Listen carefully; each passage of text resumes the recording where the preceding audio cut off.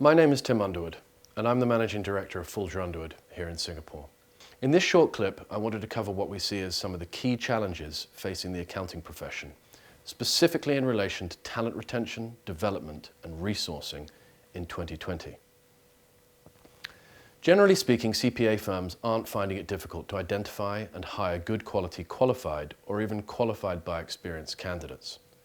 Where there is a clear dearth of candidates is in specialist areas or with a particular specialist knowledge. This issue is just as prevalent when you look at the more technical areas like tax and advisory services, or in softer skill areas such as BD, marketing, and client relationship management. Clients' demands are becoming increasingly complex and are routinely moving beyond the general scope of pure compliance work. This is requiring practices to identify and predict clients' needs and align their own strategies to these demands. Central to executing these strategies is HR and the issues practices have to tackle in terms of being able to identify the right candidates to match off with their clients' requirements.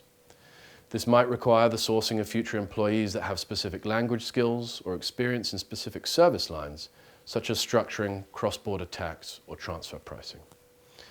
Fintech businesses, for example, are often fast-growing, requiring specialist services, and need accounting advice that they can easily digest and use in their own strategic planning. They're also increasingly needing, like many smaller businesses, access to analytical services to help them plan and strategize. This may require a practice to look at hiring slightly younger staff, especially millennials with whom the fintech businesses can more easily relate. What is definitely clear is that practices, when looking to hire, are now considering a much more diverse slate of talent, and this can include candidates from other industries who join as non-qualified, but are nurtured and trained along their development. We also see that businesses are much more international in their outlook, whether it be selling goods and services abroad or even setting up a second or third office outside their home territory. When clients look to make this move, their accountants are quite often the first point of contact for advice. So accounting firms are now looking more closely at how they can assist their clients in incorporating new entities across the globe, advising them in new service areas such as recruitment, payroll, local regulations, feasibility and market entry studies.